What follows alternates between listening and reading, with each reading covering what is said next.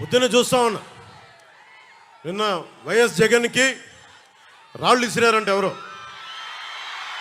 అదేంటి చిత్రమో పాపం. ఎప్పుడు ఎలక్షన్లు రాగానే ఆయనకి ఏదో ఒక గాయం జరుగుతుంది. కరెక్ట్గా ఎలక్షన్ ముందే ఎవరో ఒకరు చచ్చిపోవడం లేదా చంపేయడము.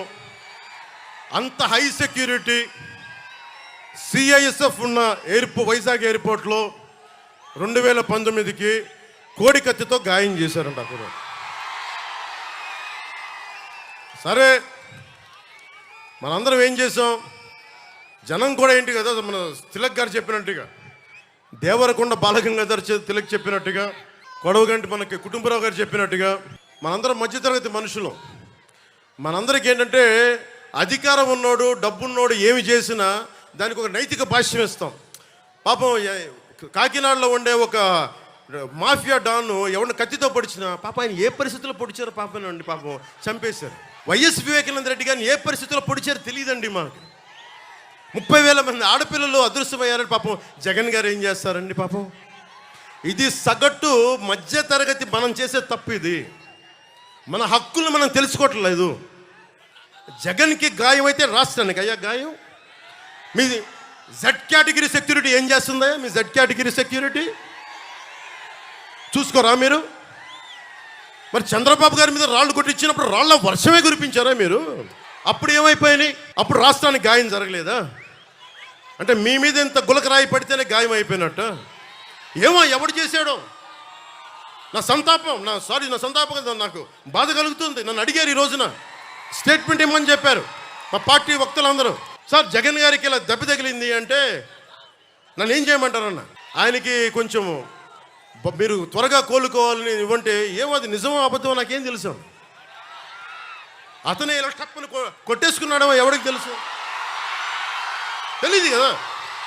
ఎందుకంటే కరెంటు పోయింది, దండలు ఉన్నాయంట, ఆ దండల్లో వాళ్ళే రాయిపెట్టి కొట్టుకున్నాడేమో, లేదా నిజంగా పోని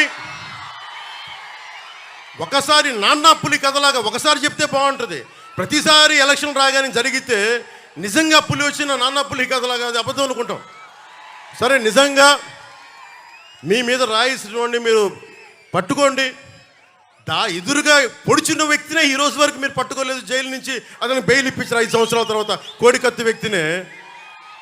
ఈ సెంటిమెంట్ డ్రామాలు దయచేసి ఆపండి. ఈ నాటకాలు భరించలేకపోతున్నాం.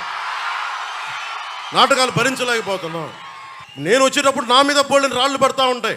మనకి పిఆర్పి టైంలో నేను ఖమ్మం వెళ్తూ ఉంటే నా మీద రాళ్ల వర్షం. మా వాళ్ళందరికీ మోకాళ్ళు ఇరిగిపోయినాయి, నాకు ఈపుల మీద రాళ్ళు పడ్డాయి. ఆ రోజున చెప్పుకోవడానికి మీడియా కూడా లేదు. మొత్తం కరెంట్ ఆపేశారు రాజశేఖర రెడ్డి గారి ప్రభుత్వం. మరి దెబ్బలు తిని మేము వచ్చాం. నా స్టేజ్లు కూల్చేశారు. కాదు, నేను ముఖ్యమంత్రి కొడుకుని కాదు కదా, ముఖ్యమంత్రిని కాదు కదా. మన కథలు ఎవరికి తెలియవు. జగన్ గారికి ఎంత రాగానే అయ్యయ్యో ఎంత బాగా జరిగిపోయింది, అయ్యయ్యో పాపం. అమర్నాథ్ని తిరుగు తోటలో కాల్ చేస్తే పాపం లేదు. అది వైసీపీ వాళ్ళకి పట్టదు. రేపల్లెలో ఒక ఆడపడుచుని దారుణంగా భర్త ముందు మనకి మానాన్ని పాడు చేస్తే పాపం దొంగతనం చేయడానికి వచ్చారండి. అలా అనుకోలేదండి. దొంగలని దుర్మార్గుల్ని వెనకేసుకొచ్చే వస్తే మనుషులు. జగన్ గారిది ఇంత పడగానే నాకు నిజంగా అనిపించింది, జెడ్ కేటగిరీ సెక్యూరిటీ మీరందరూ ఏమయ్యారయ్యా? పోలీస్ అధికారులు ఏమయ్యారు? డీజీపీ గారు ఏమైపోయారు? ఇంటెలిజెన్స్ ఆఫీసర్ గారు ఏమైపోయారు మీరంతా? ఒక అందరినీ దాడి చేసే వ్యక్తి అతని మీద దాడి చేయడానికి ఎవడన్నా సంతోషిస్తాడు? మనకి నిజంగా సాహసిస్తాడా? నిజంగా ఇంత యంత్రాంగం ఉండి పట్టుకోవడానికి మీకు ఎంతసేపు పట్టుకోవడానికి? రేపొద్దున ఎవడన్నా పట్టుకుని కూడా వాళ్ళు ప్రేరేపించారు, వీళ్ళు మీ వాడే చేశాడేమో. 2019లో మీ కూర్చోబెట్టి కోడి కత్తి కోసం జగన్ గారు సీఎం అవ్వాలని డ్రామా ఆడటానికి నేనే పొడిచానని ఆ అబ్బాయి చెప్పాడు. ఈరోజు అలాగే చేశారేమో కనుక్కోండి. కానీ నేను మీకు చెప్తున్నాను, ఇలాంటి డ్రామాలకి మనం పడాల్సిన అవసరం లేదు. దయచేసి పడకండి. నిర్ద్వందంగా దాన్ని తీసి పక్కన పెట్టండి. అరే, ఇద్దరు చెల్లెళ్ళు సొంత చెల్లెళ్ళు. అరే, మా నాన్నగారిని చంపేశారు, మా చిన్నాయిని చంపేశాడంటే అడ్డగోలుగా బద్దలు కొట్టి కత్తితో పొడిచి చంపితే అందరూ గుండి పొడిచి పడిపోయాడండి. వీళ్ళ కథలు మనం ఎలా నమ్ముతాం? ఈరోజు ఆయన వివేకానంద రెడ్డి గారు అమ్మాయి సునీత గారు వైరాలజిస్ట్, ఆవిడ అమెరికాలో చదువుకున్న వ్యక్తి. వైరాలజిస్టు. కరోనా లాంటి వైరస్ని ఆవిడ దాని మీద నిజంగా వైద్యం చేయగలిగే వ్యక్తి. ఆవిడ కూర్చొని నా తండ్రిని చంపారంటే ఒక్క పోలీస్ అధికారి దాని మీద మాట్లాడు.